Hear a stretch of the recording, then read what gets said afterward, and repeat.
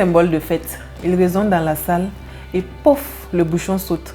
Il célèbre l'amour, la réussite et scelle les moments marquants de notre vie. Bienvenue à votre émission Mon mariage du A à Z. C'est un réel plaisir pour moi de vous retrouver pour un nouvel épisode. Alors, dans l'émission précédente, nous avons parlé de la lettre B qui nous parlait du budget. Aujourd'hui, nous parlons de la lettre C qui nous parle du champagne. Et nous recevons Monsieur Kimi Anderson. Bonjour. Bonjour madame. Comment vous allez? Ça va bien et vous? Bien. Alors, présentez-vous à nos téléspectateurs. D'accord. Moi, c'est Monsieur Jimmy Anderson Kouya à l'état civil. Et effectivement, les Wagalais m'appellent Jimmy Champagne. Voilà, par mon activité commerciale. Voilà, je suis dans la vente de vins spiritueux et champagne. Voilà, en un mot. D'accord. Alors, dites-nous, qu'est-ce que le champagne? Le champagne est un vin pétillant, voilà, qui est cultivé dans une zone bien définie de la France. Et le nom champagne est juste ce qu'ils appellent là-bas des AOC, c'est-à-dire appellation d'origine contrôlée. Voilà, donc c'est des raisins qui poussent dans un lieu bien défini de la France, à Reims précisément. Et voilà. Alors dites-nous, quelle est l'histoire autour du champagne? L'histoire autour du champagne remonte, je vais dire, à 496 après Jésus-Christ, si je ne me trompe pas, avec le couronnement du roi Clovis, le roi des Francs, quand il a été baptisé chrétien. Voilà, et c'est à partir de cet événement que les Francs, avant c'était les Francs, ils ont commencé à célébrer tous les couronnements des rois, des différents rois qui ont succédé au roi des Francs, au roi Clovis. Et donc c'est toute une histoire qui est derrière, c'est une culture, c'est toute l'histoire, presque à moitié de la France.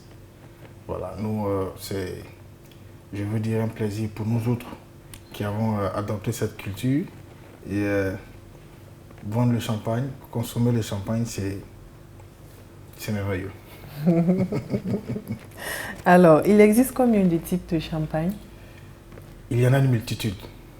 Il y en a une multitude. Il y a tellement de marques de champagne, tellement de producteurs de champagne que ce serait un peu difficile pour quelqu'un aujourd'hui de dire exactement quel nombre de champagne existe vraiment dans le monde.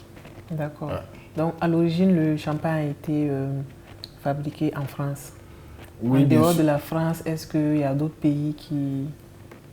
Bon, généralement, on appelle pourquoi champagne? Parce que champagne, l'appellation champagne vient d'une, comme je l'avais dit, d'une région bien définie.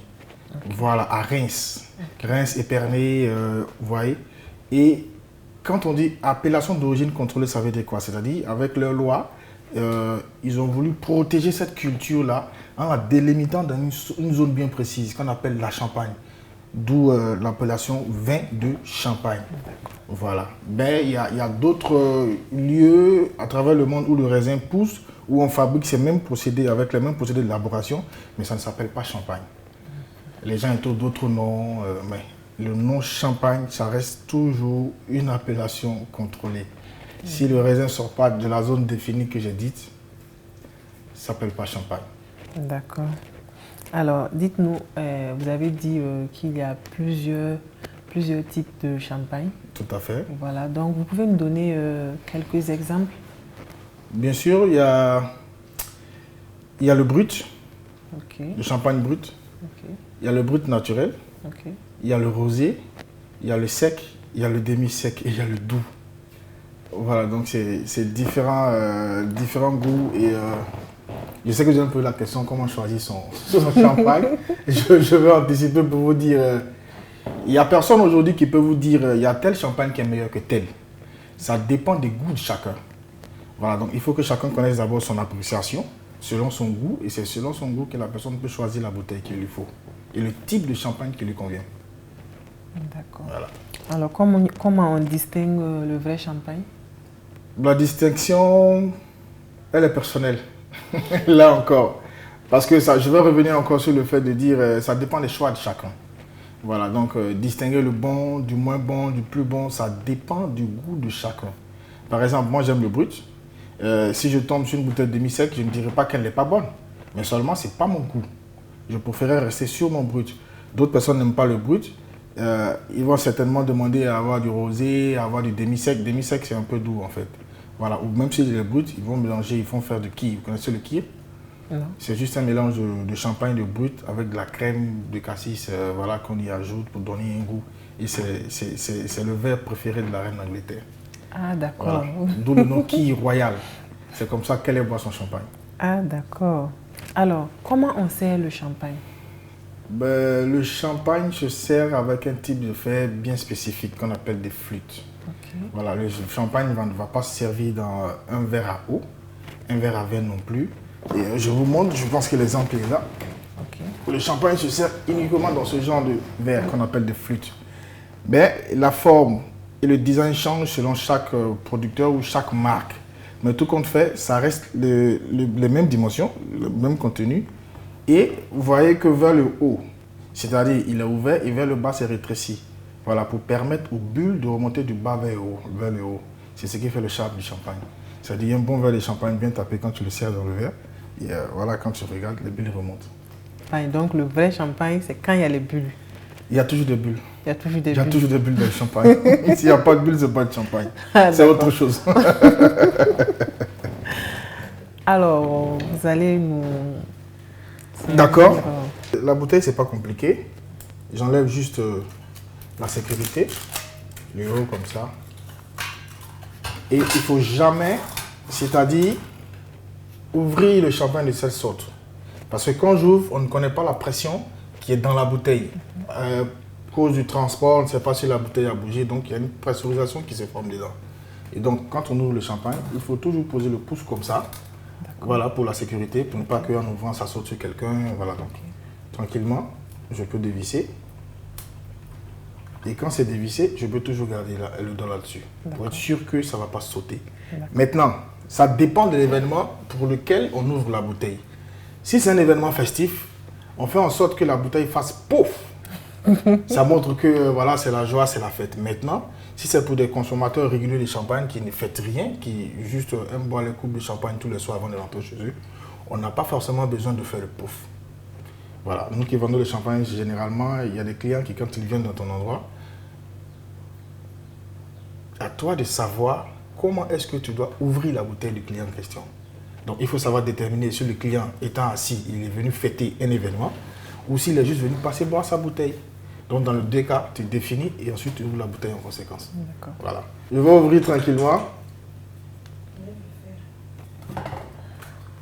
Voilà. J'enlève le fer. Okay. Voilà. Et je peux ouvrir la bouteille. On tourne. Ouais, il y a un sens. Non, dans tous les sens. Ça dépend, dans tous les sens. Okay. Voilà, il suffit d'attraper, de tourner la bouteille pour que ça glisse et que ça sorte. Et voilà. Et voilà, c'est fait. Maintenant, quand la bouteille elle est comme ça, vous voyez qu'il y a un creux en bas de la bouteille. Okay. Voilà, il faut poser le pouce comme ça. Okay. Comme ça, et la bouteille elle est comme ça. Okay. La flûte, on la tient par le manche là. Okay. On n'attrape jamais par là le verre. Non, c'est pas bon. On prend par là, on penche et on serre la bouteille. Comme ça. Alors là, on voit déjà les bulles. Voilà, mais on ne remplit pas le verre. Okay. Alors, vous voyez, les bulles sont en train de remonter du bas vers le haut. Okay. Voilà, tranquillement. Ouais, les bulles sont en train de sortir. Pareil pour ici.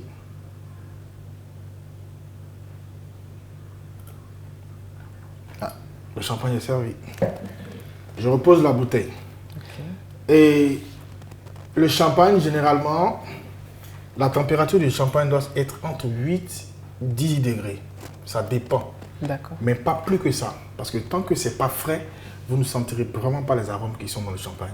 Donc le champagne doit être toujours frais. Et le seau dans lequel on sert le champagne, il faut toujours qu'il y ait la glace à l'intérieur. Avec un peu d'eau. Quand on finit de le servir, pour que le fond reste toujours frais, on le repose dans la glace. D'accord. Quand vous buvez, la bouteille à l'intérieur ne se réchauffe pas. Et ça garde toujours la même température. Aux futurs mariés, nous vous souhaitons un foyer plein d'amour, d'harmonie, de joie et beaucoup de santé.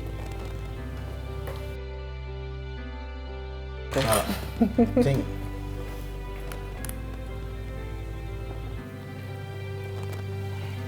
Monsieur Guimi, vous avez autre chose à ajouter?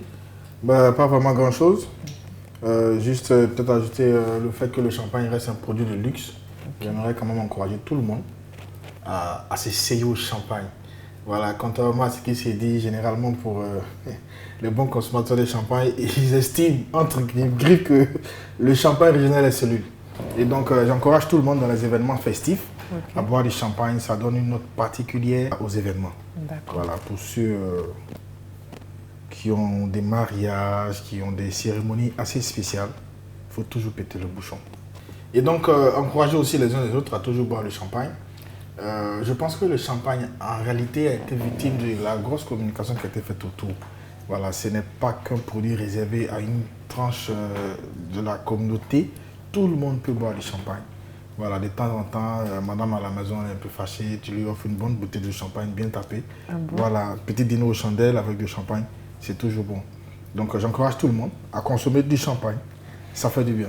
Et donc, pour tous ceux qui auront vraiment besoin de conseils, pour choisir peut-être des champagnes, des types de champagnes pour des cadeaux, pour des événements, pour des anniversaires et mariages, ils peuvent me contacter au 56 71 67 67, voilà, et au 51 76 30 30.